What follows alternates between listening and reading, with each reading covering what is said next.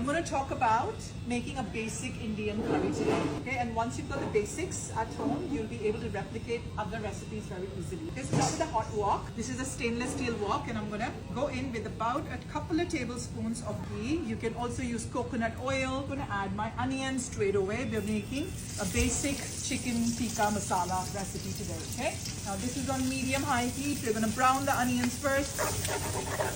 Once your onion starts to take on some color, we're going to go in with our ginger, garlic, and chili paste. I've made this with about 2 large cloves of garlic, a small piece of ginger, and 1 green chili. If you want to make it spicy, you can always increase the amount of green chilies that you use in this recipe, okay?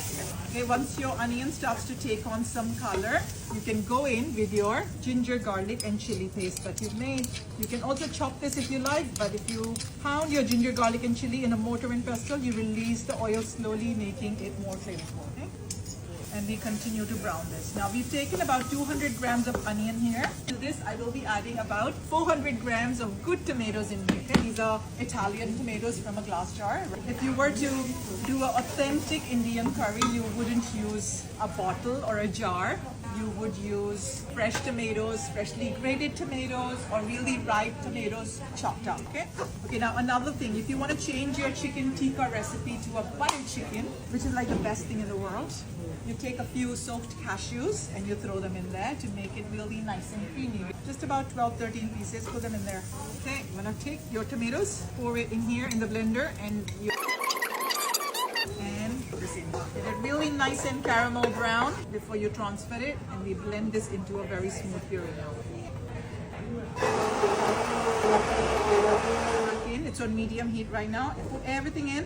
We're going to add our spices now. Now this process is called, there's a name for it. It's called bunao. Bunao meaning you put your spices along with your onions, tomatoes, and your ginger, garlic, chili paste, and you let the spices cook and release their beautiful oils. Okay, and it's quite important that you do this step patiently again. Okay, so you're going to about a 1/4 teaspoon of turmeric.